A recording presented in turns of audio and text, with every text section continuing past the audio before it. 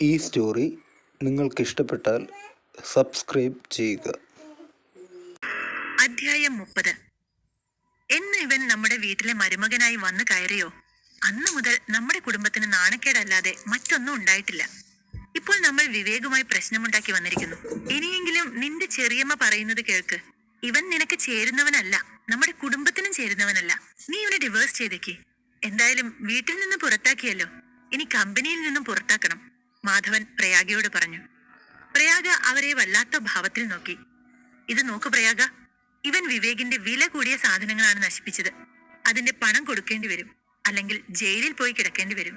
നമ്മുടെ കമ്പനിയുടെ ഒരു സ്റ്റാഫ് ജയിലിൽ പോകുന്നത് കമ്പനിക്ക് എത്രത്തോളം നാണക്കേടാണെന്ന് അറിയുമോ നിനക്ക്? മൈത്രേയൻ അവളോട് ചോദിച്ചു. ന്യായം അർജുന്റെ ഭാഗത്താണ്. ഇപ്പോൾ വന്ന ഈ നോട്ടീസിനെതിരെ നമ്മൾ കോടതിയിൽ കൗണ്ടർ പെറ്റീഷൻ ഫയൽ ചെയ്യും.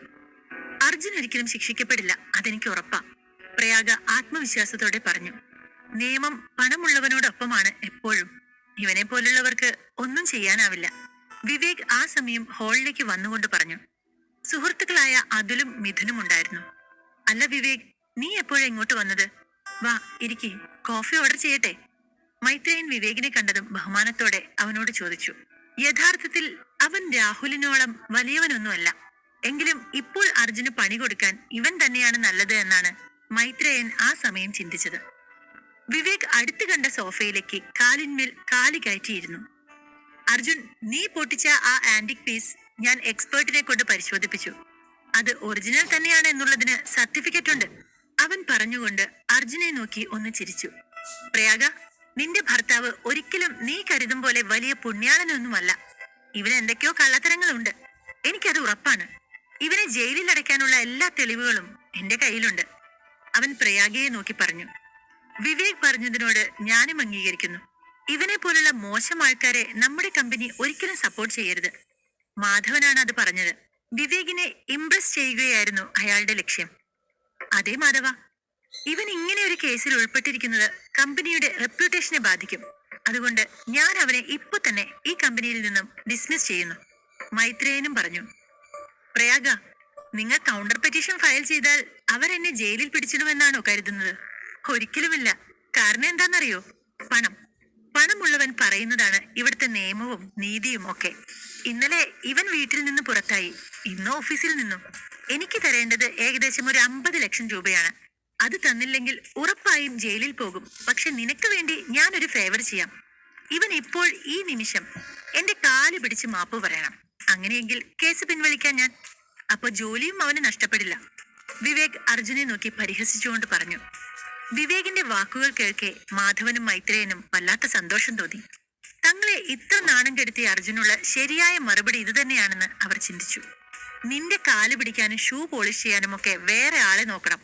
അതുവരെ എല്ലാം കേട്ട് മിണ്ടാതെ നിന്ന അർജുൻ തല ഉയർത്തിപ്പിടിച്ച് അവനോട് പറഞ്ഞു. അവൻ പറഞ്ഞത് കേട്ട് എല്ലാവരും ഞെട്ടിപ്പോയി. നിനക്ക് എത്ര ധൈര്യം ഉണ്ടടാ ഇങ്ങനെ സംസാരിക്കാൻ? മൈത്രേയൻ അവനോട് ദേഷ്യത്തിൽ അലറി. എന്തിനാ അവനോട് സംസാരിച്ചുകൊണ്ട് നിൽക്കുന്നത്? സെക്യൂരിറ്റിയെ വിളിച്ചിട്ട് ഇവനെ ഇവിടെ നിന്നും പുറത്താക്കാൻ നോക്ക്, വിവേക് മാധവനെയും മൈത്രേയനെ നോക്കിക്കൊണ്ട് പറഞ്ഞു. അവൻ പറയേണ്ട താമസം. സെക്യൂരിറ്റി, ഈ അർജുനെ എത്രയും പെട്ടെന്ന് ഇവിടെ നിന്ന് പുറത്താക്കണം. അവൻ ഇനി മുതൽ കമ്പനിയുടെ എംപ്ലോയി അല്ല, മാധവൻ അവരോട് പറഞ്ഞു. പെട്ടെന്ന് തന്നെ കുറച്ച് സെക്യൂരിറ്റി ഗാർഡ്സ് അവിടെ കയറി വന്നു. അവരുടെ കയ്യിൽ ഇലക്ട്രിക് ലാത്തി ഉണ്ടായിരുന്നു. അവരെയും അർജുനെയും ടെൻഷൻ അടിച്ച് നോക്കി നിന്ന പ്രയാഗ മാധവന്റെയും മൈത്രേയന്റെയും അടുത്തേക്ക് ചെന്നു. ചെറിയച്ച, ഇതൊന്നും നല്ല രീതിയല്ല. അർജുൻ ഈ കമ്പനിയുടെ എംപ്ലോയി ആണ്. വിവേക് പുറത്തുനിന്ന് വന്ന ഒരാളാണ്. വിവേകാണ് പ്രശ്നങ്ങൾക്കെല്ലാം തുടക്കം കുറിച്ചത്. ഇവിടെ നിൽക്കുന്ന എല്ലാവർക്കും അതറിയാം, അവൾ അവളോട് പറഞ്ഞു. വിവേക് അവളെ നോക്കി പുച്ഛത്തോടെ ചിരിച്ചു. എങ്കിൽ നിനക്ക് വേണ്ടി വേറൊരു ഓഫർ കൂടെ ഞാൻ വെക്കാം. നീ എന്റെ കൂടെ ഒരു കാൻഡിൽ ലൈറ്റ് ഡിന്നറിന് വരൂ. അർജുനെ ഞാൻ വെറുതെ വിടാം, ഒരു വഷള ചിരിയോടെ അവൻ പറഞ്ഞു. അത് കേട്ട അർജുൻ ദേഷ്യത്തോടെ അവന്റെ മുഷ്ടി ചുരുട്ടി അവൻ പ്രയാഗയുടെ അടുത്തേക്ക് ചെന്നു. പ്രയാഗ, നീ ടെൻഷൻ അടിക്കേണ്ട ആവശ്യമില്ല. അതുപോലെ ഇനി നീ സംസാരിക്കണ്ട, എല്ലാം ഞാൻ നോക്കിക്കൊള്ളാം, അർജുൻ അവളെ സമാധാനിപ്പിച്ചു. നിന്നേക്കാളും ഞാൻ എത്രയോ നല്ലവനായതുകൊണ്ടാ നീ എന്റെ സാധനങ്ങൾ നശിപ്പിച്ചിട്ട് പോലും ഞാൻ ഇത്രയധികം ചാൻസ് തന്നത്. ഇനി അതില്ല. സെക്യൂരിറ്റി, നിങ്ങൾ എന്താ സിനിമ കാണുവന്നോ? ഇവനെ പിടിച്ച് പുറത്താക്കൂ, വിവേക് ഒച്ചയെടുത്ത് പറഞ്ഞതും സെക്യൂരിറ്റീസ് അർജുനെ പിടിക്കാൻ അടുത്തേക്ക് വന്നു. Stop right there. ഇനി ഒരു അടിയെടുത്ത് വെച്ച നിന്റെയൊക്കെ ജീവിതവും ജീവനും ഇവിടെ തീരും. ആനന്ദ് അവിടേക്ക് വന്നുകൊണ്ട് പറഞ്ഞു. അയാളുടെ ശബ്ദത്തിന്റെ ഗാംഭീര്യവും മുഖത്തെ ദേഷ്യവും കണ്ടതും അവിടെ നിന്നവരെല്ലാവരും ഒറ്റ നിമിഷം ഫ്രീസായി പോയി. നിങ്ങൾ ഇവിടെ എന്ത് ചെയ്യുകയാ? സെക്യൂരിറ്റീസ് നിൽക്കുന്നത് പുറത്തല്ലേ? ഇറങ്ങിപ്പോടാ, ആനന്ദ് രോഷത്തോടെ പറഞ്ഞു. സെക്യൂരിറ്റീസ് ഒന്നും മിണ്ടാതെ തലയും കുനിച്ച് പുറത്തേക്ക് ഇറങ്ങിപ്പോയി. ആനന്ദ് മൈത്രേയനെയും മാധവനെയും വിവേകിനെയും ദേഷ്യത്തോടെ നോക്കി. നീ ആരാ ഇവിടുത്തെ എംപ്ലോയീസിന് ഓർഡർ കൊടുക്കാനും ഇവിടുത്തെ മാനേജ്മെന്റിനെ നിയന്ത്രിക്കാനും? ആനന്ദ് പുച്ഛത്തോടെ വിവേകിനോട് ചോദിച്ചു. വിവേക് അവന് നേരെ തിരിഞ്ഞു. നീ ആരാ ഇവിടെ കയറി അധികാരം കാണിക്കാൻ? അവൻ ആനന്ദിനോട് തിരിച്ചു ചോദിച്ചു. വിവേക് മിണ്ടാതിരിക്കെ, അതാണ് ആനന്ദ്, ഈ കമ്പനിയുടെ ചെയർമാൻ. മാധവൻ വിവേകിന്റെ അടുത്ത് ചെന്ന് ചെവിയിൽ പറഞ്ഞു. അത് കേട്ടതും വിവേകിന്റെ മുഖം ആകെ വിളറിപ്പോയി. അവന്റെ മുഖത്തുണ്ടായിരുന്ന അഹങ്കാരം കുറഞ്ഞു. ആനന്ദ് മൈത്രേയന്റെയും മാധവന്റെയും നേരെ തിരിഞ്ഞു. നിങ്ങൾ രണ്ടുപേരും എന്തിനിവനെ കമ്പനിക്കകത്ത് കയറ്റി? പുറത്തു നിന്നുള്ളവരെ ഈ ഫ്ലോറിനുള്ളിലേക്ക് കടത്താൻ പാടില്ല എന്ന് നിങ്ങൾക്കറിയില്ലേ? ആനന്ദ് ഗൗരവത്തോടെ അവരോട് ചോദിച്ചു. അദ്ദേഹത്തിന് നമ്മുടെ കമ്പനിയിലേക്ക് ഇൻവെസ്റ്റ് ചെയ്യാൻ താല്പര്യമുണ്ട്. അതുകൊണ്ടാണ് കമ്പനി ഒന്ന് വിസിറ്റ് ചെയ്യാൻ വേണ്ടി വന്നത്. മൈത്രേയൻ ഭവ്യതയോടെ പറഞ്ഞു. ഓ, വളരെ നന്നായിട്ടുണ്ട്. ഇവൻ പുറത്തു നിന്നുള്ള ഒരാളായിട്ട് പോലും സെക്യൂരിറ്റീസിനോട് ഓർഡർ ഇടാനും കമ്പനിയിലെ എംപ്ലോയീസിനെ പിരിച്ചുവിടാനും ഇവൻ ആരാ അധികാരം നൽകിയത്? നിങ്ങൾക്ക് ഈ കമ്പനിയുടെ പെരുമാറ്റച്ചട്ടങ്ങൾ എങ്ങനെയാണെന്ന് അറിയില്ലേ? ആനന്ദ് അവരിരുവരെയും ശകാരിച്ചു. മൈത്രേയന്റെയും മാധവന്റെയും മുഖം വിളറിപ്പോയി. കമ്പനിയിൽ അത്രയും സ്റ്റാഫുകളുടെ മുന്നിൽ വെച്ച് ആനന്ദ് തങ്ങളെ ശകാരിക്കുന്നത് അവർക്ക് വലിയ നാണക്കേടായി. ഹലോ മിസ്റ്റർ ആനന്ദ്, ഞാൻ വിവേക്. എന്നെ അറിയുമെന്ന് ഞാൻ കരുതുന്നു. കാരണം എന്റെ അച്ഛൻ വിശ്വനാഥൻ നായരെ അറിയാത്തവർ ഈ ബിസിനസ് വേൾഡിൽ തന്നെ ഉണ്ടാവില്ല. ഞങ്ങൾക്ക് രാജമന്ദ്ര ഗ്രൂപ്പ്സുമായി ചില ബിസിനസ് ഡീലുകളുണ്ട്. ഞാൻ ഇന്നിവിടെ വന്നതുപോലും ഷെയർസ് ഇൻവെസ്റ്റ് ചെയ്യുന്നതിനെ കുറിച്ച് സംസാരിക്കാനാ, വിവേക് ഗൗരവത്തോടെ പറഞ്ഞു. ഓഹോ, എന്നിട്ട് അതിനെക്കുറിച്ച് സംസാരിച്ചോ? ആനന്ദ് പരിഹാസത്തോടെ ചോദിച്ചു. ഞാൻ ഇവിടെ വന്നപ്പോൾ തന്നെ കണ്ടത് അർജുനെയാണ്. അവൻ എന്റെ ഏകദേശം 30 ലക്ഷം വില വരുന്ന സാധനങ്ങൾ നശിപ്പിച്ചിരുന്നു. അതുകൊണ്ടാണ് ഞാൻ അവനെ പുറത്താക്കാൻ പറഞ്ഞത്. എനിവേ, ആനന്ദ് ഫ്രീ ആണെങ്കിൽ ഇന്ന് വൈകുന്നേരം എന്റെയും ഫ്രണ്ട്സിന്റെയും ഒപ്പം ഡിന്നർ പാർട്ടിക്ക് വരുന്നു, വിവേക് ആനന്ദിനോട് ചോദിച്ചു. ശ്രാവണ ഗ്രൂപ്പിൽ ഇത്രയും ശക്തനായ ഒരാൾ ഉണ്ടാകുമെന്ന് വിവേക് ചിന്തിച്ചിരുന്നില്ല. ഞാൻ എന്തിനു നിന്നോടൊപ്പം ഡിന്നറിന് വരണം? ആദ്യം നീ എന്റെ ഓഫീസിൽ വന്ന് എന്റെ ജീവനക്കാരനെ അപമാനിച്ചു. ഇപ്പോൾ എനിക്ക് വേണമെങ്കിൽ നിനക്കെതിരെ മാനനഷ്ടത്തിന് കേസ് കൊടുക്കാം. അത് സംഭവിക്കുന്നതിന് മുൻപ് മര്യാദയ്ക്ക് എന്റെ കമ്പനിയിൽ നിന്ന് ഇറങ്ങിപ്പോകൂ, ആനന്ദ് ദേഷ്യത്തോടെ അവനോട് പറഞ്ഞു. വിവേകിന് അത് വലിയ അപമാനമായിരുന്നു. ദേഷ്യം കൊണ്ട് അവൻ തന്റെ മുഷ്ടി ചുരുട്ടി. പക്ഷേ അവിടെ ഒരു പ്രശ്നമുണ്ടാവുന്നത് നല്ലതിനാവില്ല എന്ന് മനസ്സിലാക്കി അവൻ തന്റെ ദേഷ്യം നിയന്ത്രിച്ചു. നിന്നെ ഞാൻ എടുത്തോളാം എന്ന് പറഞ്ഞുകൊണ്ട് വിവേക് അവിടെ നിന്നും ഇറങ്ങിപ്പോയി. അത് കണ്ടതും മൈത്രേയൻ ആനന്ദിന് നേരെ തിരിഞ്ഞു. മിസ്റ്റർ ആനന്ദ്, നിങ്ങൾ എന്താണ് ചെയ്തതെന്ന് നിങ്ങൾക്കറിയുമോ? അവൻ വളരെ വലിയ കുടുംബത്തിൽപ്പെട്ടയാളാണ്. നമ്മുടെ കമ്പനിയിൽ ഇൻവെസ്റ്റ് ചെയ്യാനാണ് അവൻ വന്നത്. അവനോട് അങ്ങനെ സംസാരിക്കാൻ പാടില്ലായിരുന്നു. ഇനി അവർ ഞങ്ങളുടെ കമ്പനിയെ എന്ത് ചെയ്യുമെന്ന് ദൈവത്തിന് മാത്രമേ അറിയൂ, മൈത്രേയൻ ആശങ്കയോടെ പറഞ്ഞു. അത് വിട്ടേക്ക്, അവന്റെ കാര്യം നമുക്ക് പിന്നെ സംസാരിക്കാം. ആദ്യം എനിക്ക് നിങ്ങളോട് കുറച്ച് പറയാനുണ്ട്. നിങ്ങളും അവന്റെ കൂടെ ചേർന്ന് അർജുനെ അപമാനിക്കാൻ ശ്രമിച്ചില്ലേ? അർജുനെ അപമാനിക്കുക എന്നാൽ രാജമന്ദ്ര ഗ്രൂപ്പ് ചെയർമാനെ അപമാനിക്കുക എന്നാണ്. നിങ്ങൾ ഉടനെ അർജുനോട് മാപ്പ് പറയൂ, അല്ലെങ്കിൽ ഇതിന്റെ അനന്തരഫലങ്ങൾ വളരെ ഗുരുതരമായിരിക്കും, ആനന്ദ് പറഞ്ഞു. ആനന്ദിന്റെ വാക്കുകൾ കേട്ട് മൈത്രേയനും മാധവനും ഞെട്ടി. ഇത് ശരിയല്ല ആനന്ദ്. ഞങ്ങൾ എന്തിനിവനോട് മാപ്പ് പറയണം? മാധവൻ ദേഷ്യത്തോടെ ചോദിച്ചു. അതെ ആനന്ദ്, മാപ്പ് പറയാനൊന്നും പറ്റില്ല. വേണമെങ്കിൽ അവന് കുറച്ച് കാശ് കൊടുത്തേക്കാം, മൈത്രേയനും തീർത്തു പറഞ്ഞു. ആനന്ദ് അവരെ ദേഷ്യത്തോടെ നോക്കി. എന്താ ചെയ്യേണ്ടത് എന്ന് അർജുനുമായി സംസാരിക്കുക. ഇനിയൊരിക്കലും കമ്പനിയിലെ എംപ്ലോയീസിനോട് ഇത്തരം മോശമായ രീതിയിൽ പെരുമാറരുത്. അങ്ങനെ പെരുമാറിയാൽ ഇതുപോലെ നഷ്ടപരിഹാരം കൊടുക്കേണ്ടി വരും, ആനന്ദ് അവരോട് മുന്നറിയിപ്പ് നൽകിക്കൊണ്ട് പറഞ്ഞു. അർജുൻ, നിനക്ക് 50,000 രൂപ തരാം, അതുപോലെ? മൈത്രേയൻ പുച്ഛത്തോടെ ചിരിച്ചുകൊണ്ട് അവനോട് ചോദിച്ചു. അർജുൻ ഒന്നും മിണ്ടാതെ അയാളെ നോക്കി ചിരിച്ചു. എന്താ, നിനക്കത് പോരുന്നുണ്ടോ? അത് കുറഞ്ഞുപോയി എന്നാണോ ആ ചിരിയുടെ അർത്ഥം? മാധവൻ ദേഷ്യത്തോടെ ചോദിച്ചു. അവനൊന്നും മിണ്ടാത്തത് കൊണ്ട് അവന് നിങ്ങളുടെ ക്യാഷ് ആവശ്യമില്ലെന്ന് തോന്നുന്നു. എങ്കിൽ പിന്നെ നിങ്ങൾ അവനോട് മാപ്പ് തന്നെ പറഞ്ഞേക്കേ, ആനന്ദ് പരിഹസിച്ചുകൊണ്ട് പറഞ്ഞു. നിങ്ങൾക്കറിയില്ലെന്ന് തോന്നുന്നു. ഇവൻ പാലക്കൽ കുടുംബത്തിലെ മരുമകനാണ്. ഞങ്ങൾ അവന്റെ വലിയച്ഛനും ഇളയച്ഛനുമാണ്. ഞങ്ങൾ എങ്ങനെ അവനോട് മാപ്പ് ചോദിക്കും? മൈത്രേയൻ ദേഷ്യത്തോടെ ചോദിച്ചു.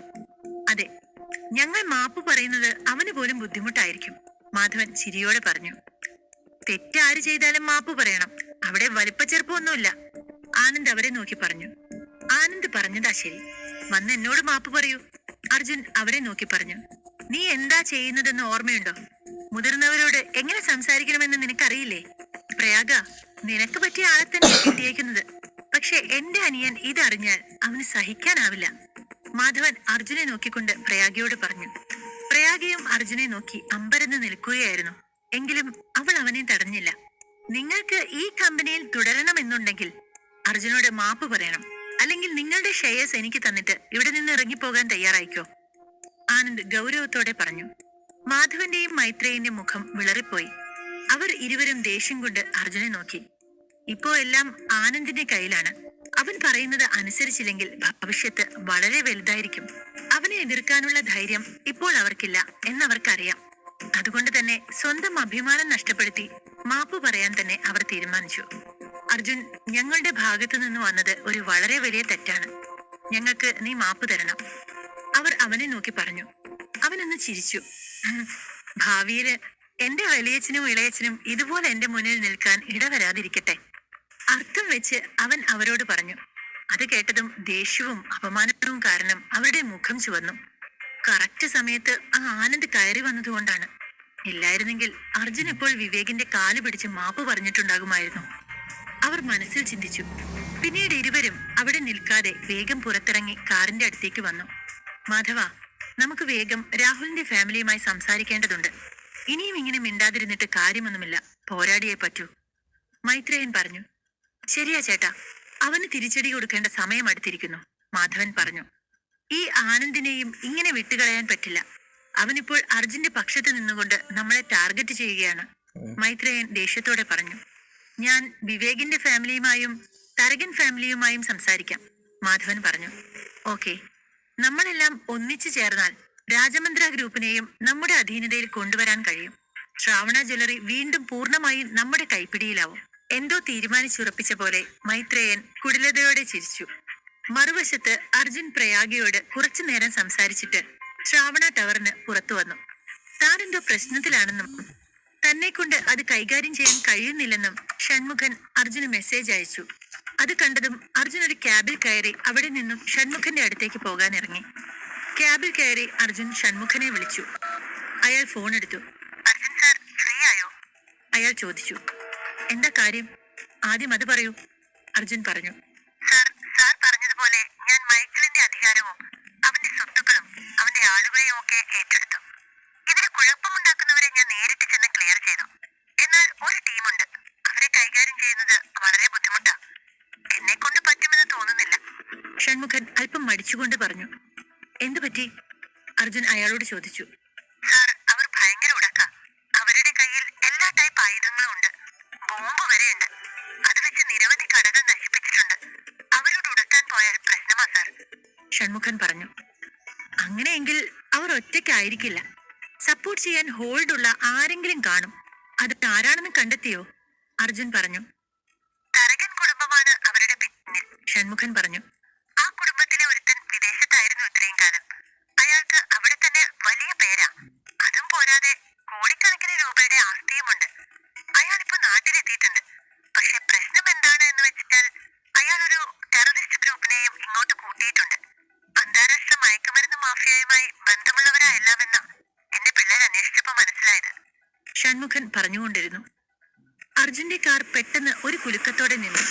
പിന്നാലെ വന്ന കാർ അവന്റെ കാറിനെ ഇടിക്കുകയായിരുന്നു.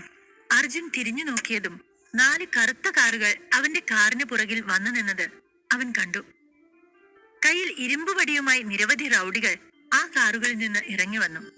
അവരുടെ കൈകൾ പോക്കറ്റിൽ ഇട്ടിരിക്കുന്നതിനാൽ അവർ കയ്യിൽ തോക്കുകൾ പിടിച്ചിട്ടുണ്ടെന്ന് അർജുൻ ഊഹിച്ചു. അവരെ കണ്ടതും ഡ്രൈവർ ഞെട്ടി പേടിച്ച് കാറിൽ നിന്നിറങ്ങി. സാർ, എന്താണ് സംഭവിച്ചത്? ഒന്നും മിണ്ടുന്നില്ലല്ലോ. എന്തെങ്കിലും പ്രശ്നമുണ്ടോ? ഞാൻ വരണോ? ഷൺമുഖൻ വെപ്രാളത്തിൽ ചോദിച്ചു. വേണ്ട, ഞാൻ നിന്നെ വിളിക്കാം എന്ന് പറഞ്ഞ് അർജുൻ കോൾ കട്ട് ചെയ്ത് കാറിൽ നിന്ന് ഇറങ്ങി. അധ്യായം 31. ഗുണ്ടകൾ ഒന്നിച്ച് അവനെ അടിക്കാനായി വന്നു. അർജുൻ അവർ ഓരോരുത്തരുടെയും നെഞ്ചിൽ ആഞ്ഞിടിച്ചു. അവന്റെ പെട്ടെന്നുള്ള ഇടിയിൽ എല്ലാവരും നിമിഷ നേരം കൊണ്ട് താഴെ വീണ് വേദന കൊണ്ട് പുളഞ്ഞു. ഇത് കണ്ട് കാറിനടുത്ത് നിന്നവർ പോക്കറ്റിൽ നിന്നും ഗണ്ണെടുത്ത് അർജുന്റെ നേരെ ഉന്നം വെച്ചു. അതേസമയം തന്നെ ആ കാറിൽ നിന്ന് ഒരാൾ സ്റ്റൈലായി പുറത്തേക്കിറങ്ങി. നീ ആള് കൊള്ളാമല്ലോ, നിമിഷ നേരം കൊണ്ടല്ലേ ഇത്രയും പേരെ അടിച്ചു താഴെയിട്ടത്? വിവേക് ഒരു പരിഹാസ ചിരിയോടെ ചോദിച്ചു. അവനൊപ്പം അവന്റെ സുഹൃത്തുക്കളായ അതുലും മിഥുനും കാറിൽ നിന്ന് ഇറങ്ങി. നിന്റെ ഫൈറ്റിംഗ് അടിപൊളിയാണ് അർജുൻ, അതിങ്ങനെ നിർത്താതെ കണ്ടുകൊണ്ടിരിക്കാൻ തോന്നുന്നുണ്ട്, വിവേക് വീണ്ടും പറഞ്ഞു. അത് കേട്ട് അർജുൻ ചുണ്ടിന്റെ കോണുയർത്തി ഒന്ന് ചിരിച്ചു. അവന്റെ ചിരി കാണെ വിവേകിന്റെ ദേഷ്യം ഇരട്ടിച്ചു. നീ എന്ത് വിചാരിച്ചു അർജുൻ? നിന്നെ ഞാൻ അത്ര എളുപ്പത്തിൽ വിട്ടുകളയുമെന്നോ? ഒരിക്കലുമില്ല. ഇപ്പൊ നീ എന്റെ കാല് പിടിച്ചാൽ നിന്നെ ഞാൻ വെറുതെ വിട്ടേക്കാം. ഞാൻ 10 വരെ എണ്ണും, അതുവരെ നിനക്ക് സമയമുണ്ട്. അതല്ല എന്നുണ്ടെങ്കിൽ ഉറപ്പായും നീ ഇവിടെ മരിച്ചു വീഴും, വിവേക് അവനെ ഭീഷണിപ്പെടുത്തി. എന്നിട്ടും അർജുൻ ഒരു കൂസലും ഉണ്ടായിരുന്നില്ല. 10, 9, 8, 7, 6, 5 വിവേക് എണ്ണിക്കൊണ്ടിരുന്നു.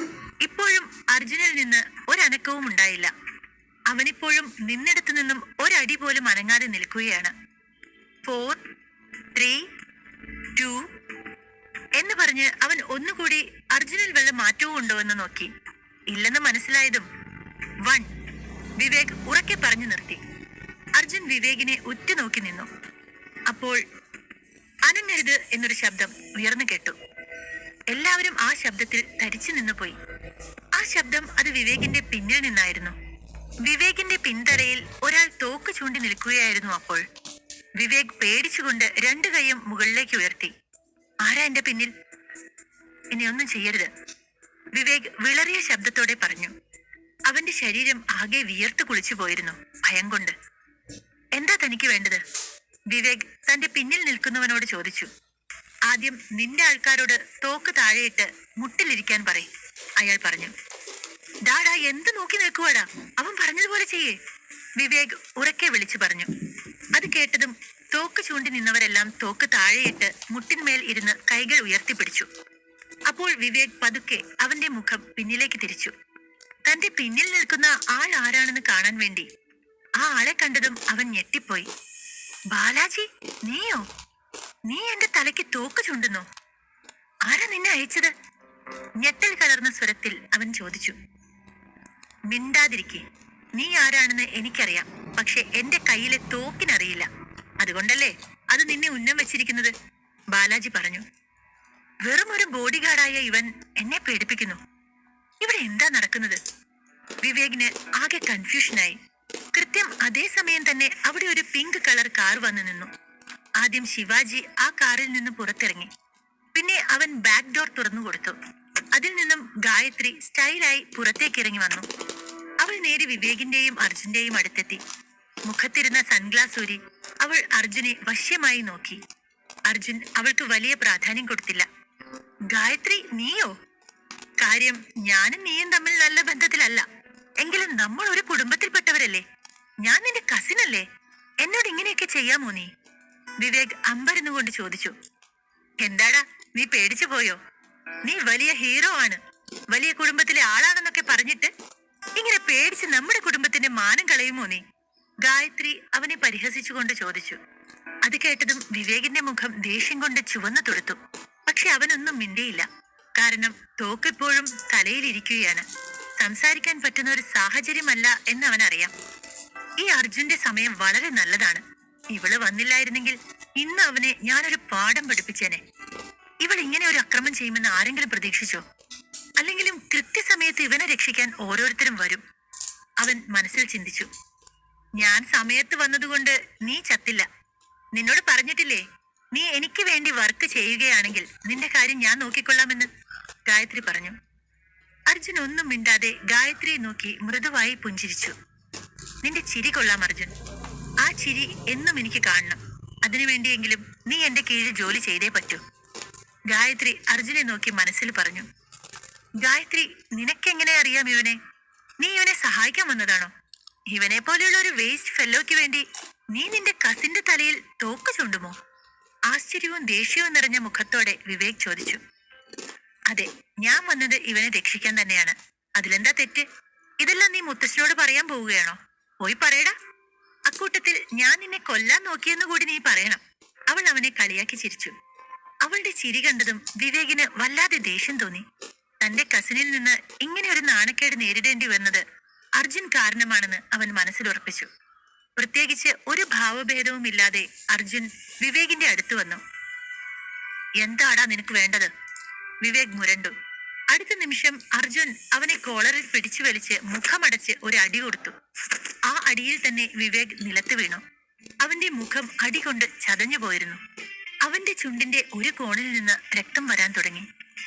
നിനക്ക് എന്ത് ധൈര്യമുണ്ടായിട്ടാണ് നീ എന്നെ അടിച്ചത്? വിവേക് വേദനയും ദേഷ്യവും കലർന്ന സ്വരത്തിൽ അവനോട് ചോദിച്ചു. അടുത്ത നിമിഷം അർജുൻ തന്റെ ഷൂസ് ഇട്ട കാലുകൊണ്ട് അവന്റെ മുഖത്ത് ആഞ്ഞു ചവിട്ടി. അവന്റെ മുഖം നിലത്തുരഞ്ഞ് രക്തം വന്നു.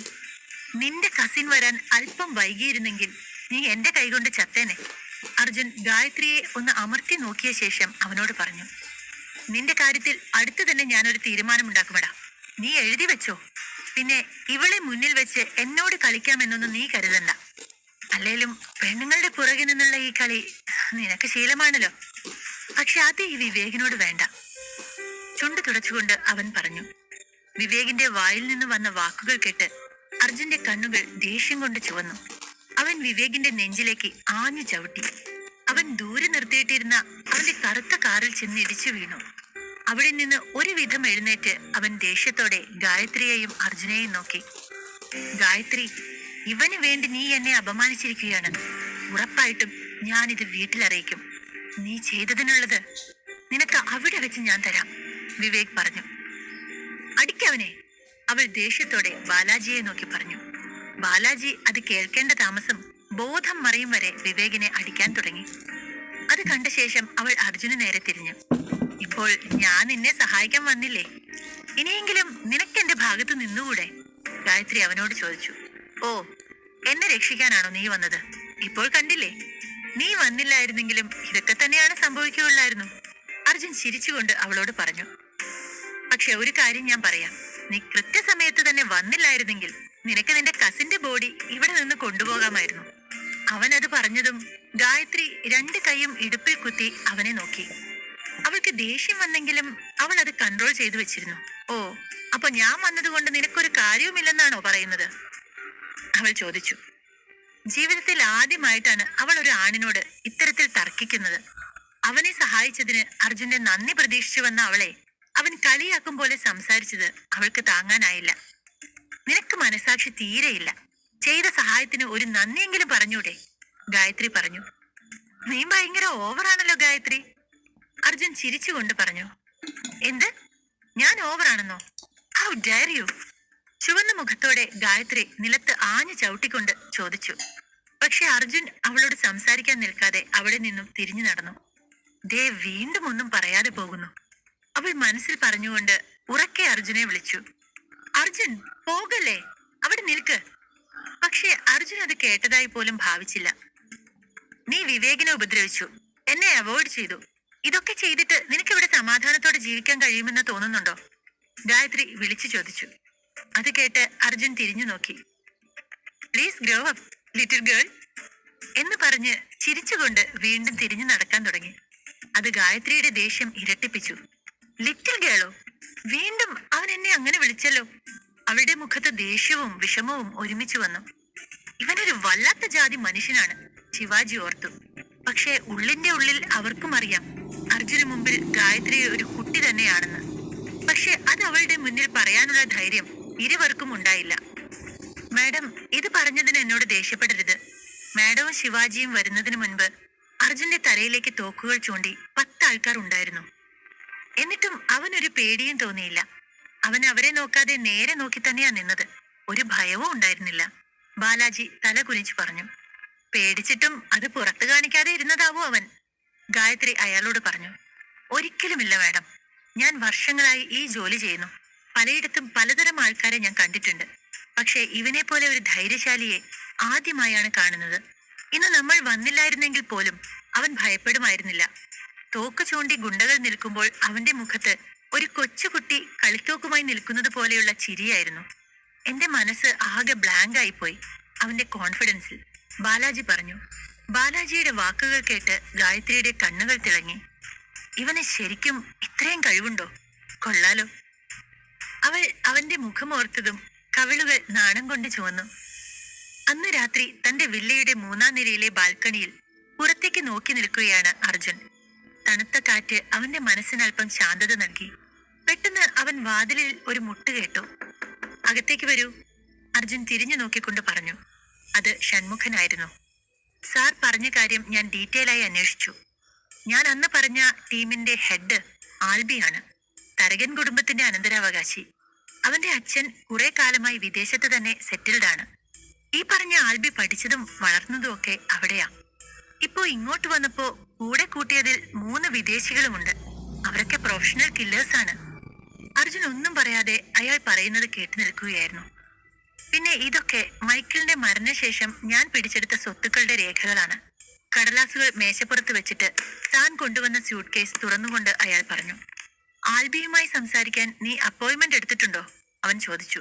ഉവ്വ് സർ, നാളെ രാത്രി ഓർക്കിഡ് ഹോട്ടലിൽ വെച്ച് അവനെ കാണാം, ഷൺമുഖൻ പറഞ്ഞു. ബാക്കി ഞാൻ ഡീൽ ചെയ്യാം. നീ മൈക്കിളിന്റെ എല്ലാ സ്വത്തുക്കളും സ്വന്തമാക്കണം. അയാൾക്ക് ഹോൾഡുള്ള എല്ലാ ഇടങ്ങളിലും ഇനി നിന്റെ പേരായിരിക്കണം. അർജുൻ ഷൺമുഖന് ചില ഉപദേശങ്ങൾ നൽകി. ഓക്കെ സർ, പക്ഷെ ചിലയിടത്ത് ഇപ്പോഴും കുറച്ച് പ്രശ്നക്കാരുണ്ട്. കുറച്ച് നമ്മൾ കഷ്ടപ്പെടേണ്ടി വരും, ഷൺമുഖൻ അർജുനെ നോക്കി പറഞ്ഞു. നീ നോക്ക്, നടക്കുന്നില്ലെങ്കിൽ എന്നോട് പറ, ഞാൻ നിന്നെ സഹായിക്കും, അർജുൻ പറഞ്ഞു. വളരെ നന്ദി സർ, ഞാൻ എന്നാ എന്റെ പണി തുടങ്ങട്ടെ, ഷൺമുഖൻ വിനയത്തോടെ പറഞ്ഞു. ശരി, നീ പോയിക്കോളൂ, അർജുൻ പറഞ്ഞു. ഷൺമുഖൻ ആദരവോടെ തലകുനിച്ച് അവിടെ നിന്നും ഇറങ്ങി. ഷൺമുഖൻ പോയതും അർജുൻ തന്റെ ചിന്തകളിലേക്ക് പോയി. പെട്ടെന്ന് അവന് തന്റെ അച്ഛൻ കാർത്തികേയനെ ഓർമ്മ വന്നു. അച്ഛനെ അവസാനമായി കണ്ട നാൾ അദ്ദേഹത്തിന്റെ സംസാരത്തിൽ അവൻ എന്തോ പന്തികേട് മണത്തിരുന്നു. എന്തായിരിക്കും അവിടെ സംഭവിച്ചിട്ടുണ്ടാവുക? തറവാട്ടിൽ എന്തെങ്കിലും പ്രശ്നമുണ്ടായി കാണുമോ? അങ്ങനെ പലതും ചിന്തിച്ചിരിക്കെ പെട്ടെന്ന് അർജുന്റെ കയ്യിലുണ്ടായിരുന്ന കോഫി മഗ് താഴെ വീണ് പൊട്ടി. അർജുന്റെ ഭാവം മാറി. അവന്റെ മനസ്സ് അസ്വസ്ഥമായി. കോഫി മഗിന്റെ മേലുള്ള നിയന്ത്രണം എനിക്ക് എങ്ങനെ നഷ്ടപ്പെട്ടു? ഇത് എന്തെങ്കിലും സംഭവിക്കാനിരിക്കുന്നതിന്റെ ലക്ഷണമാണോ? അവൻ ഭയപ്പെട്ടു. അധ്യായം 32. അച്ഛനെയും കുടുംബത്തെയും കുറിച്ച് ചിന്തിച്ചപ്പോൾ അവന്റെ മനസ്സ് വല്ലാതെ അസ്വസ്ഥമായിരുന്നു. അതേസമയം റോയൽ ഹോട്ടലിന്റെ അവസാനത്തെ നിലയിലുള്ള സ്വകാര്യ മുറിയിലെ ലോക്കർ ഒരാൾ തോക്ക് ഉപയോഗിച്ച് തുറന്നു. അയാളുടെ അടുത്ത് വേറെ 2 പുരുഷന്മാരും ഒരു സ്ത്രീയുമുണ്ട്. ഒറ്റ നോട്ടത്തിൽ തന്നെ അവർ കൊടും ക്രൂര സംഘമാണെന്ന് മനസ്സിലാകും. അയാൾ ലോക്കറിൽ നിന്ന് കിട്ടുന്ന അത്രയും സ്വർണവും പണവും എല്ലാം എടുത്ത് അവിടെയുള്ള മേശപ്പുറത്ത് വെച്ചു. ഇത്രയും തുകയും സ്വർണവും ഇവിടെയുണ്ടെന്ന് ആ അർജുൻ അറിയാമോ? അവരുടെ കൂട്ടത്തിലുള്ള പെണ്ണ് ചോദിച്ചു. ഇതെല്ലാം അവന് വേണ്ടി വാങ്ങിയതാണെങ്കിലും അവൻ ഈ ഹോട്ടലിൽ ഇതുവരെ വന്നിട്ടില്ല. പിന്നെ ഇതൊക്കെ ഇവിടെയുണ്ടെന്ന് എങ്ങനെ അറിയും? അയാൾ പറഞ്ഞു. നമുക്ക് അർജുനെ ഉടനടി കൊല്ലണം, അല്ലെങ്കിൽ അവൻ നമ്മൾക്ക് ഒരു തടസ്സമായിരിക്കും, അവൾ ഗൗരവത്തോടെ പറഞ്ഞു. അവൻ എവിടെയാണെന്നറിയാൻ ആദ്യം നമുക്ക് വാസുദേവൻ എവിടെയാണ് എന്ന് അറിയേണ്ടതുണ്ട്. വെടിയുണ്ടകളെല്ലാം കൊണ്ടിട്ട് ആ വാസുദേവൻ എങ്ങനെ രക്ഷപ്പെട്ടു എന്നറിയില്ല. സിറ്റിയിലെ എല്ലാ ആശുപത്രികളിലും ഞാൻ തിരഞ്ഞു, പക്ഷെ അയാളുടെ ഒരു തുമ്പും കിട്ടിയില്ല, അയാൾ അക്ഷമനായി പറഞ്ഞു. അയാളെ എങ്ങനെയും കണ്ടെത്തണം. അയാളുടെ ശരീരത്തിൽ ഇപ്പോഴും വെടിയുണ്ടകളുണ്ട്. അതുകൊണ്ട് തന്നെ അയാൾ മരിച്ചോ ഇല്ലയോ എന്ന് നമ്മൾ ഉറപ്പിക്കണം. എന്തായാലും അയാൾക്കധികം ആയുസ്സൊന്നും കാണില്ല, ആ സ്ത്രീ ക്രൂരമായി പറഞ്ഞു. ഇതിനിടയിൽ അവരിൽ ഒരാളുടെ ഫോൺ റിംഗ് ചെയ്തു. അതെടുത്തതും ആ കിളവൻ ഇവിടെയില്ല സാർ, അപ്പുറത്തു നിന്നും പറഞ്ഞു. അയാള് പിന്നെ എവിടെ പോവാനാണ്? ഇത്രയും നേരം നീയൊക്കെ എന്താ ചെയ്തത്? അയാൾ അവരോട് ആക്രോശിച്ചു. എത്രയും പെട്ടെന്ന് വാസുദേവനെ കണ്ടെത്തണം. അയാളെങ്ങാനും അർജുനെ കണ്ടാൽ അതോടെ നമ്മുടെ എല്ലാ പ്ലാനും തകിടം മറയും. നിങ്ങൾ 2 ഗ്യാങ്ങായിട്ട് തിരിഞ്ഞ് അർജുനെയും അയാളെയും തിരയെ. 2നെയും ഒന്നിച്ചു കണ്ടാൽ ഒന്നിച്ചു തീർത്തേക്ക്. ആർക്കും ഒരു സംശയം തോന്നരുത്. അയാൾ എല്ലാവർക്കും വേണ്ട നിർദ്ദേശങ്ങൾ കൊടുത്തു. അവിടെ നിന്നും ഇറങ്ങി. പിറ്റേന്ന് രാവിലെ ആയതും അർജുൻ തയ്യാറായി പുറത്തേക്ക് വന്നു. പക്ഷേ അവന്റെ കണ്ണിൽ ഉറക്കക്ഷീണമുണ്ടായിരുന്നു. അവൻ കാറിൽ കയറിയതും പെട്ടെന്ന് അവന്റെ ഫോണിൽ ഒരു വോയിസ് മെസ്സേജ് വന്നു. സിറ്റിയിലെ പള്ളിക്ക് പിന്നിലെ ഇടവഴിയിൽ അടച്ചിട്ട വീട്ടിൽ നിന്നെ ഞാൻ കാത്തിരിക്കും. ഇതായിരുന്നു ആ മെസ്സേജ്. അവൻ ആകെ ആശ്ചര്യത്തിലായിരുന്നു. ആരാണിത്? പരിചയമില്ലാത്ത നമ്പറിൽ നിന്ന് ഇങ്ങനെ ഒരു മെസ്സേജ്. സംശയത്തോടെ കാർ എടുക്കാൻ പറഞ്ഞതും കാറിന്റെ മിററിൽ കൂടെ നോക്കുമ്പോൾ 100 മീറ്റർ അകലെ ഒരു നിർത്തിയിട്ട കറുത്ത കാർ അവൻ കണ്ടു. ആ കാർ കണ്ടതും അവന് ചിരി വന്നു.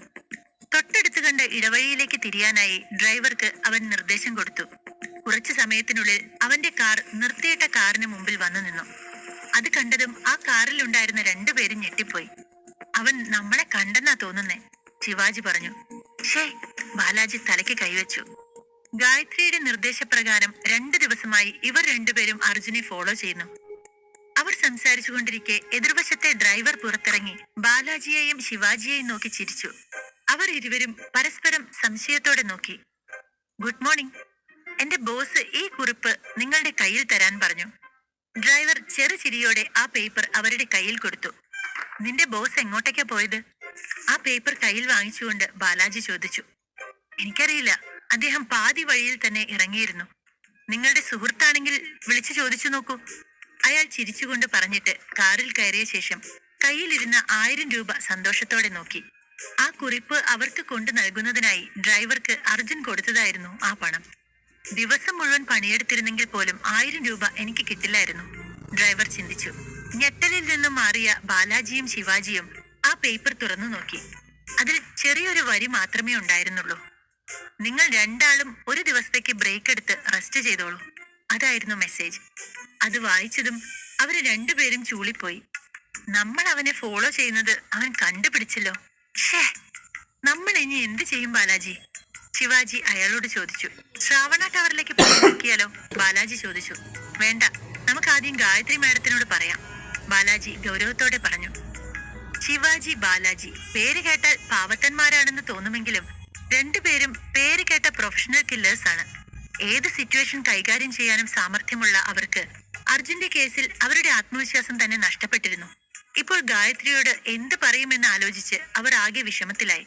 അതേസമയം അർജുൻ ആ മെസ്സേജിലുണ്ടായിരുന്ന പള്ളിക്കരികിലെത്തി. അതിന്റെ പിന്നിലെ ഇടവഴിയിൽ ഉപേക്ഷിക്കപ്പെട്ട ഒരു വീട് അവൻ കണ്ടു. വളരെ പഴക്കമേറിയതും ജീർണിച്ചതുമായിരുന്നു ആ വീട്. വീടിന്റെ വാതിൽ തള്ളി അവൻ അകത്ത് കയറി. താഴെയുള്ള 1-ാം നില മുഴുവൻ അവൻ തിരഞ്ഞു. അവിടെ എങ്ങും ആരും ഉണ്ടായിരുന്നില്ല. അവൻ 2-ാം നിലയിലേക്ക് പോയി ഒരു മുറി കണ്ടു. അവൻ അതിന്റെ വാതിൽ തള്ളി അകത്ത് കയറി. അവിടെ നിലത്ത് ഒരു വൃദ്ധൻ രക്തത്തിൽ കുളിച്ച് കിടക്കുന്നുണ്ടായിരുന്നു. വളരെ മുഷിഞ്ഞ വസ്ത്രമാണ് അയാൾ ധരിച്ചിരുന്നത്. അത് അവിടെ ഇവിടെയായി കീറിയിട്ടുമുണ്ട്. ഒറ്റ നോട്ടത്തിൽ തന്നെ അർജുൻ അയാളെ തിരിച്ചറിഞ്ഞു. വാസുവെങ്കിൽ, എന്താ, എന്തു പറ്റി? അവൻ ഓടിച്ചെന്ന് അയാളെ എഴുന്നേൽപ്പിക്കാൻ ശ്രമിച്ചുകൊണ്ട് ചോദിച്ചു. മോനെ അർജുൻ, നീ വന്നോ? അവനെ കണ്ടതും അയാളുടെ മുഖത്ത് എന്തെന്നില്ലാത്ത സന്തോഷം തോന്നി. കാലങ്ങളായി മംഗലത്ത് വീടിനു വേണ്ടി ജോലി ചെയ്യുന്ന ഒരാളായിരുന്നു വാസുദേവൻ. അയാളുടെ ജീവിതം മുഴുവൻ അയാൾ മംഗലത്ത് വീടിനു വേണ്ടി ഒഴിഞ്ഞു വെച്ചിരിക്കുകയായിരുന്നു. എന്തിനാ എന്നോട് ഇങ്ങോട്ട് വരാൻ പറഞ്ഞത്? അങ്കിളിന് ഇത് എന്താ പറ്റിയത്? അയാളെ താങ്ങിപ്പിടിച്ച് അവൻ ചോദിച്ചു. അവസാനമായി കാർത്തികേയനെ കാണുമ്പോൾ വാസുദേവൻ കൂടെ ഉണ്ടായിരുന്നില്ല. അയാൾ എന്തിനാണ് തന്നെ ഇങ്ങനെ രഹസ്യമായി കാണണമെന്ന് പറഞ്ഞതെന്നും ആരാണ് അയാളെ ഇങ്ങനെ ഉപദ്രവിച്ചതെന്നും അർജുന് മനസ്സിലായില്ല.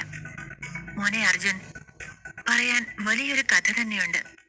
പക്ഷേ അത് പറയാനുള്ള സമയം എനിക്കിപ്പോ ഇല്ല. ഈ നാട്ടിൽ നിന്ന് നീ ഇപ്പോൾ തന്നെ പോണം. ഇനി ഒരു നിമിഷം പോലും മോൻ ഇവിടെ നിൽക്കണ്ട, അപകടമാണ്, അയാൾ വെപ്രാളത്തോടെ പറഞ്ഞു. ക്ഷീണം കാരണം അയാളുടെ മുഖം വല്ലാതായി വരുന്നുണ്ടായിരുന്നു. ഏത് നിമിഷവും അയാൾ മരിക്കുമെന്ന അവസ്ഥയിലാണുള്ളത്. അങ്കിൾ എന്തൊക്കെയാ പറയുന്നത്? എനിക്കൊന്നും മനസ്സിലാവുന്നില്ല. ഞാൻ എന്തിനു പോണം? അർജുൻ ചോദിച്ചു. ഞാൻ പറയുന്നത് കേൾക്കുമോനെ. നീ എത്രയും പെട്ടെന്ന് ഇവിടെ നിന്ന് പോകണം. ഇല്ലെങ്കിൽ അവരെല്ലാം നിന്നെ കൊന്നുകളയും. നിനക്ക് ചുറ്റും ഒരുപാട് ആൾക്കാർ ഒരു അവസരം കാത്തിരിപ്പുണ്ട്. വേഗം ഇവിടെ നിന്ന് രക്ഷപ്പെട്ടോ.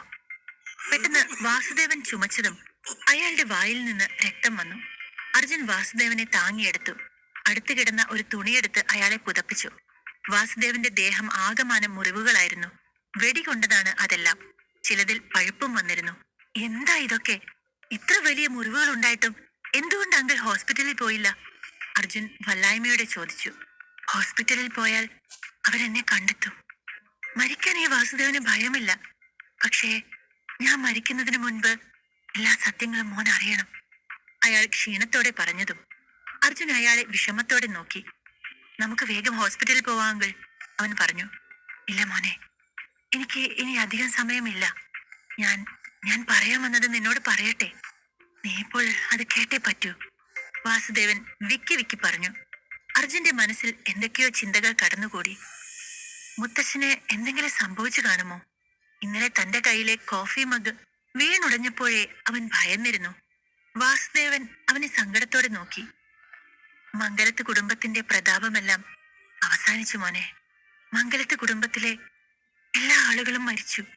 ഇനി നീ മാത്രമേ അവശേഷിക്കുന്നുള്ളൂ, വാസുദേവൻ വിഷമത്തോടെ പറഞ്ഞു. അർജുൻ അത് കേട്ട് ഞെട്ടിപ്പോയി. എന്താ, മംഗലത്ത് വീട്ടിൽ എല്ലാവരും മരിച്ചെന്നോ? അവനത് ഉൾക്കൊള്ളാൻ കഴിഞ്ഞില്ല. മംഗലത്ത് കുടുംബം ആ നാട്ടിൽ തന്നെ പ്രസിദ്ധമായ കുടുംബങ്ങളിൽ ഒന്നായിരുന്നു. എന്നിട്ടും ആരും ഇതൊന്നും അറിഞ്ഞില്ലേ? എന്താ ഇവിടെ നടക്കുന്നത്? അവന് തന്റെ ശരീരം വിറയ്ക്കുന്നത് പോലെ തോന്നി. എന്റെ അമ്മയുടെ ഭർത്താവ്? അവൻ വാസുദേവനെ നോക്കി. കാർത്തികേയൻ കുഞ്ഞും മരിച്ചു മോനെ. നിന്റെ മുത്തശ്ശൻ മാത്രമേ ജീവനോടെയുള്ളൂ.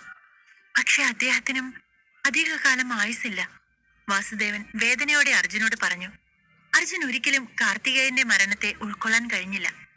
എന്ത് ചെയ്യണമെന്നോ എന്ത് പറയണമെന്നോ അറിയാതെ ദേഷ്യവും സങ്കടവും ഒക്കെ ഉള്ളിലൊതുക്കി അവൻ വാസുദേവനെ നോക്കി. എങ്ങനെയാ അങ്കിൾ ഇതൊക്കെ സംഭവിച്ചത്? ആരാ ഇതൊക്കെ ചെയ്തത്? മംഗലത്ത് കുടുംബത്തിൽ എന്താ സംഭവിച്ചത്? അവൻ വാക്കുകൾ ഇടറിക്കൊണ്ട് വാസുദേവനോട് ചോദിച്ചു. നടന്നതൊക്കെ ഓർത്തപ്പോൾ വാസുദേവന്റെ മുഖം വേദനയാൽ നിറഞ്ഞു. മോനും മോന്റെ അമ്മയും പോയത് മുതൽ അവിടെ എന്നും പ്രശ്നങ്ങളായിരുന്നു. രാജശേഖരൻ മുതലാളിയുടെ സ്വത്തുക്കൾ സ്വന്തമാക്കാൻ മോന്റെ അച്ഛന്റെ പെങ്ങന്മാരും ഭർത്താക്കന്മാരും കളിക്കാത്ത കളികളില്ല. എല്ലാവർക്കും പണം മാത്രമേ വേണ്ടൂ. അവർ പരസ്പരം തമ്മിൽ തല്ലിക്കൊണ്ടിരുന്നു. എന്നിട്ട് എന്താ ഉണ്ടായേ? ഒറ്റ രാത്രി കൊണ്ട് എല്ലാവരും ഒരുമിച്ചങ്ങ് പോയില്ലേ? പോയതല്ല, കൊന്നതാ എല്ലാവരെയും അവർ. അയാൾ പറഞ്ഞതും അതാരാണെന്നറിയാൻ അർജുൻ വെമ്പൽ കൊണ്ടു. ആ സത്യഭാമ, നിന്റെ അച്ഛന്റെ രണ്ടാം ഭാര്യ. അവളാണ് ഇതിനെല്ലാം കാരണം. മംഗലത്ത് കുടുംബത്തിനേക്കാൾ താഴ്ന്ന അവളുടെ കുടുംബമാണ് ഇപ്പോൾ മംഗലത്ത് കുടുംബത്തിൽ ആധിപത്യം പുലർത്തുന്നത്. അതിനായി മംഗലത്ത് കുടുംബത്തെ മുഴുവൻ തകർത്തുവെന്ന് മാത്രമല്ല, മുഴുവൻ സ്വത്തും കൈക്കലാക്കി, വാസുദേവൻ പറഞ്ഞു.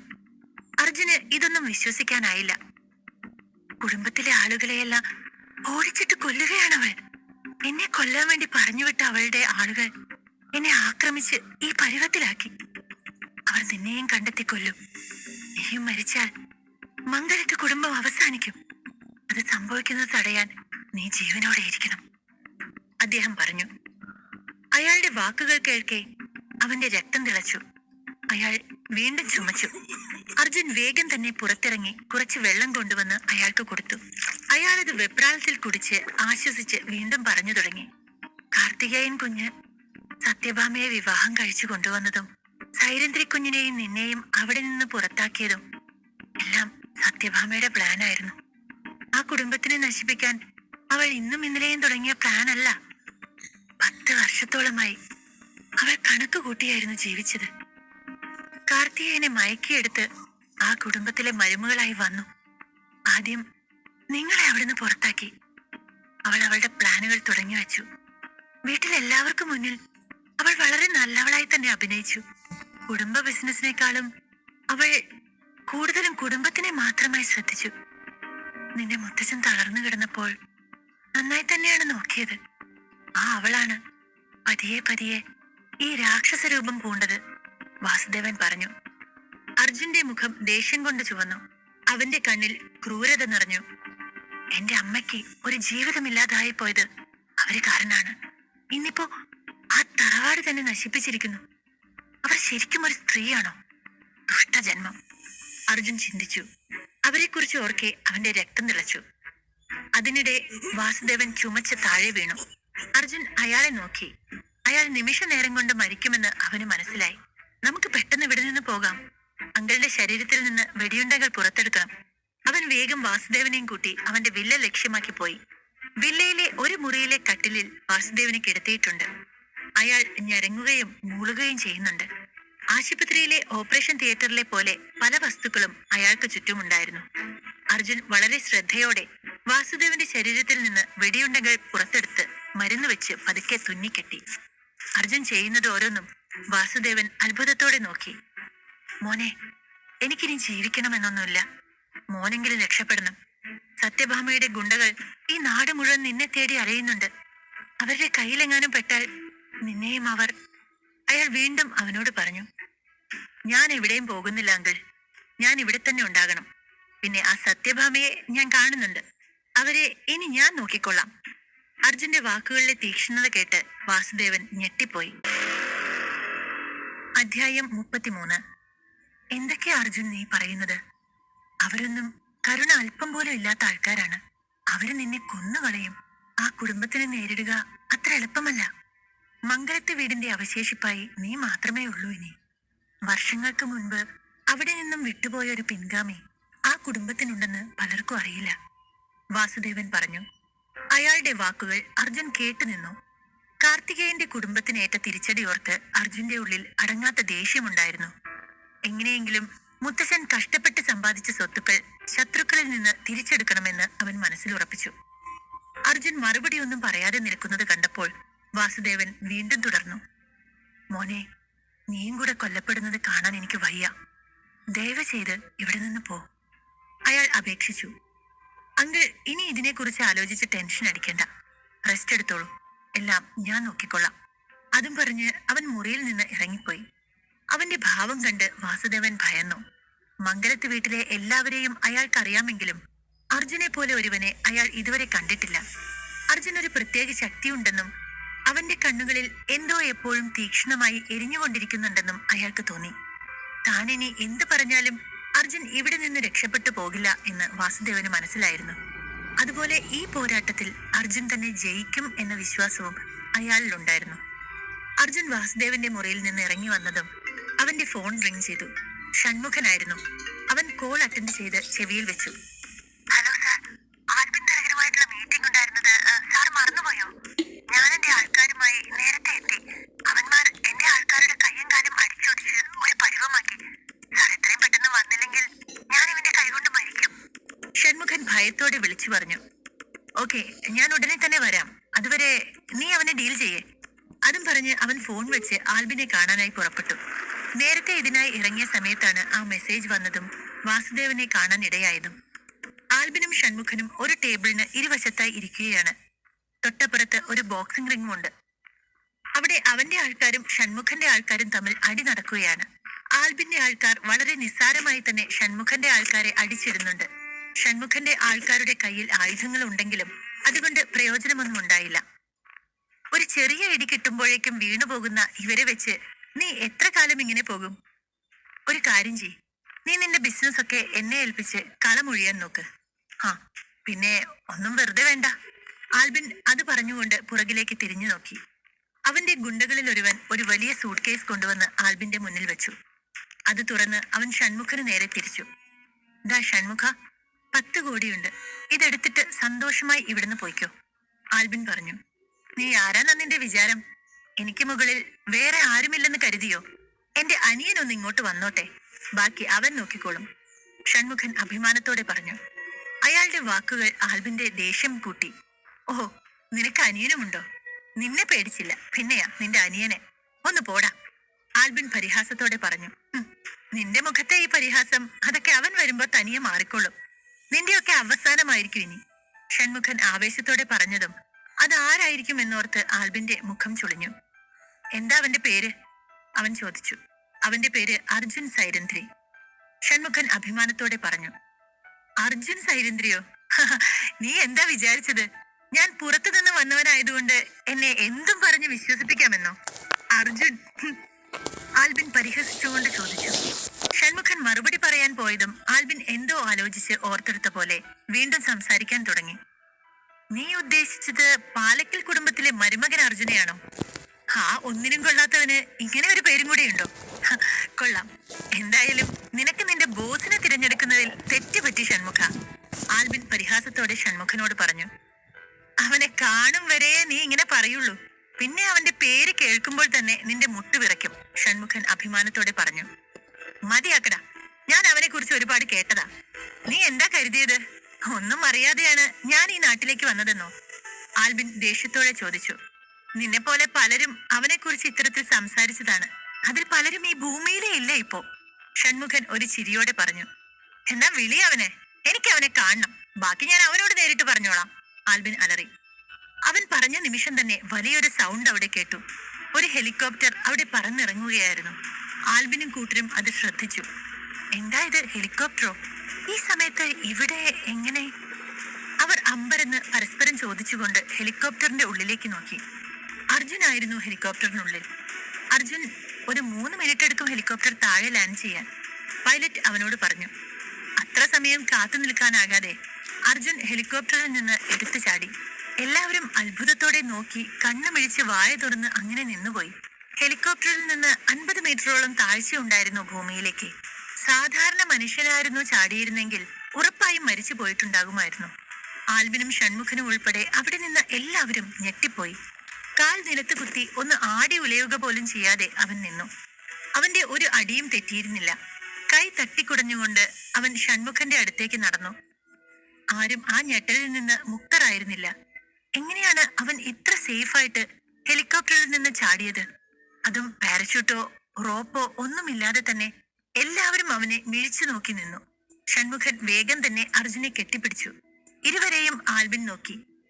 ഇവനാണോ അർജുൻ സൈരന്ധ്രി, നിന്റെ അനിയൻ? ആൽബിൻ ചോദിച്ചു. അർജുനും ഷൺമുഖനും പരസ്പരം നോക്കി ഒന്ന് പുഞ്ചിരിച്ചു. ആൽബിൻ അർജുനെ സൂക്ഷ്മമായി നോക്കി. പക്ഷെ അവന്റെ കണ്ണുകളിലേക്ക് നോക്കവേ ആൽബിന് തന്റെ നട്ടലിലൂടെ ഒരു തരിപ്പ് പടരുന്നതായി തോന്നി. പെട്ടെന്ന് തന്നെ അയാൾ കണ്ണുകൾ താഴ്ത്തി. അവനെ നോക്കുമ്പോൾ പാലക്കൽ കുടുംബത്തിലെ ഒരു ചവറ്റുകുട്ടയെ പോലെയോ സാധാരണക്കാരനെ പോലെയോ അല്ല തോന്നുന്നത്. എന്തോ ഒരു തീക്ഷ്ണഭാവം അവനുണ്ട്. ആൽബിൻ ചിന്തിച്ചു. നീയാണോ ആൽബിൻ തരകൻ? അർജുൻ ചോദിച്ചു. അതെ, ഞാനാ. നിന്റെ എൻട്രി കൊള്ളാം, പക്ക സിനിമാറ്റിക്, ആൽബിൻ പരിഹാസത്തോടെ പറഞ്ഞു. ഒരു വശത്ത് ആൽബിന് ഭയമാണ്. കാരണം അയാൾ അർജുനെ കുറിച്ച് കേട്ടതിൽ നിന്ന് അവൻ നിസ്സഹായനാണ്, ധൈര്യമില്ലാത്തവനാണ്, ആരോടും വഴക്കിന് പോകാത്ത ഒരു പാവത്താനാണ്. എന്നാൽ ഇപ്പോൾ തന്റെ മുന്നിലുള്ള അർജുൻ അങ്ങനെയല്ല കാണപ്പെട്ടത്. അർജുൻ ആൽബിന്റെ പിന്നിലെ 3 മാർഷൽ ആർട്സ് എക്സ്പേർട്സിനെ നോക്കി. അവരെന്താ എന്നെ അടിക്കാൻ റെഡിയായി നിൽക്കുകയാണോ? എങ്കിൽ വരാൻ പറ, അവൻ ചോദിച്ചു. അത് കേട്ടതും ആൽബിൻ ഒന്ന് ചിരിച്ചുകൊണ്ട് അതിൽ ഒരുവനെ നോക്കി. മിസ്റ്റർ ഡെറിക്കിന് അവന്റെ കയ്യിലെ ഒരു രോമം പറിക്കുന്ന അത്ര സിമ്പിളായ കാര്യമാണത്, ആൽബിൻ അഭിമാനത്തോടെ പറഞ്ഞു. എന്നിട്ട് കണ്ണുകൾ കൊണ്ട് അവന് അർജുനെ അടിക്കാനുള്ള പെർമിഷൻ കൊടുത്തു. അത് കണ്ട ഉടനെ ഡെറിക് അവനെ അടിക്കാനായി മുന്നോട്ട് വന്നതും പെട്ടെന്ന് എന്തോ ഒന്ന് അവന്റെ കഴുത്തിൽ തട്ടി താഴെ വീണു. അതിന്റെ ശക്തിയിൽ ഡെറിക്കും തെറിച്ചു വീണിരുന്നു. അവന്റെ കഴുത്തിൽ നിന്ന് രക്തം വരാൻ തുടങ്ങി. ആർക്കും എന്താ സംഭവിച്ചതെന്ന് മനസ്സിലായില്ല. ഡെറിക് എങ്ങനെയാണ് താഴെ വീണതെന്ന് ചിന്തിച്ച് ഷൺമുഖൻ ചുറ്റും നോക്കി. പിന്നീട് അവൻ അർജുനെ നോക്കി ചിരിച്ചു. അവന് മനസ്സിലായിരുന്നു അത് അർജുന്റെ പണിയാണെന്ന്. ആൽബിൻ ഡെറിക്കിന്റെ അടുത്ത് കിടക്കുന്ന സ്റ്റീൽ പ്ലേറ്റിലേക്ക് നോക്കി. അതിൽ രക്തം പുരണ്ടിരുന്നു. എങ്ങനെയാ ഈ പ്ലേറ്റ് അവന്റെ കഴുത്തിൽ കൊണ്ടത്? ആൽബിൻ ഞെട്ടിപ്പോയി. എന്താ അർജുൻ ഇത്? നീ എന്താ നിന്റെ ചെപ്പടി വിദ്യ കൊണ്ട് കളിക്കുകയാണോ? ആൽബിൻ ദേഷ്യത്തോടെ ചോദിച്ചു. അർജുൻ അതിന് മറുപടി ഒന്നും പറയാതെ ഡെറിക്കിന്റെ കൂടെയുള്ളവന്മാരെ നോക്കി ചുണ്ടിന്റെ കോണൊന്ന് ഉയർത്തി ചിരിച്ചു.